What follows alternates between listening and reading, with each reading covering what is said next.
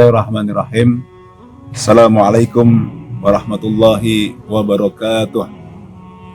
Alhamdulillahilladzi hadana lihada wa ma kunna linahtadiya laula an hadanallah. Asyhadu an la ilaha illallah wahdahu la syarikalah wa asyhadu anna Muhammadan abduhu wa rasuluh la nabiyya ba'dah. Allahumma shalli ala Muhammad wa ala ali Muhammad. Jamaah rahmatullah. Allah lebih menyukai ibadah yang kecil tapi rutin dibanding ibadah yang besar, panjang, banyak tetapi insidental. Di dalam bulan Ramadan ini kita mudah sekali untuk melaksanakan berbagai macam amaliyah Ramadan.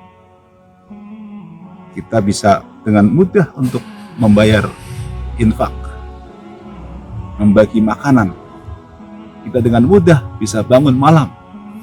Kita berpuasa bersama-sama, terasa enak sekali. Kemudian kita bisa ke masjid salat berjamaah. Nah, hari ini saya akan membahas tentang infak atau sedekah.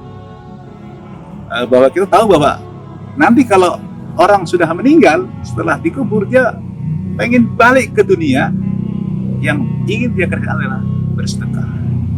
Nah, di dalam bulan Ramadan ini kita sangat dimudahkan untuk bersedekah karena nilai pahalanya luar biasa. Dan kalau kita mampu melaksanakan sedekah rutin setiap hari, itu lebih baik.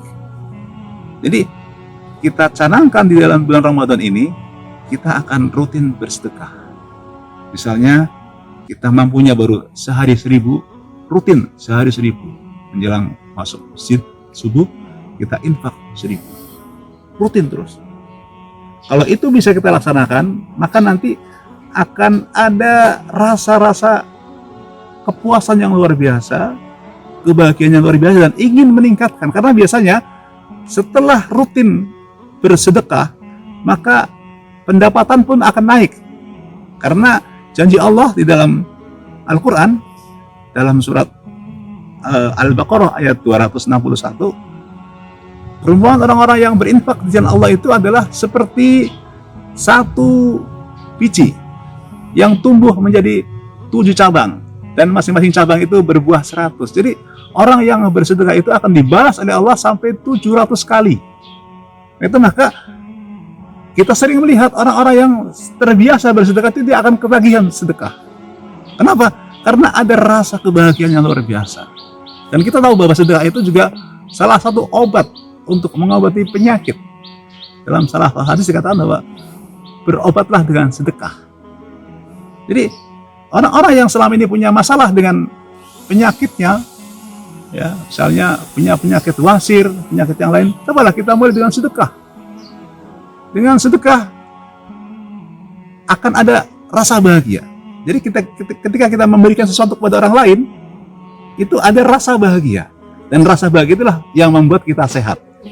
Ada seorang pakar psikologi dari Kanada, namanya Dr. Elizabeth. Dia meneliti tentang keadaan orang-orang yang suka memberi, orang-orang yang suka sedekah.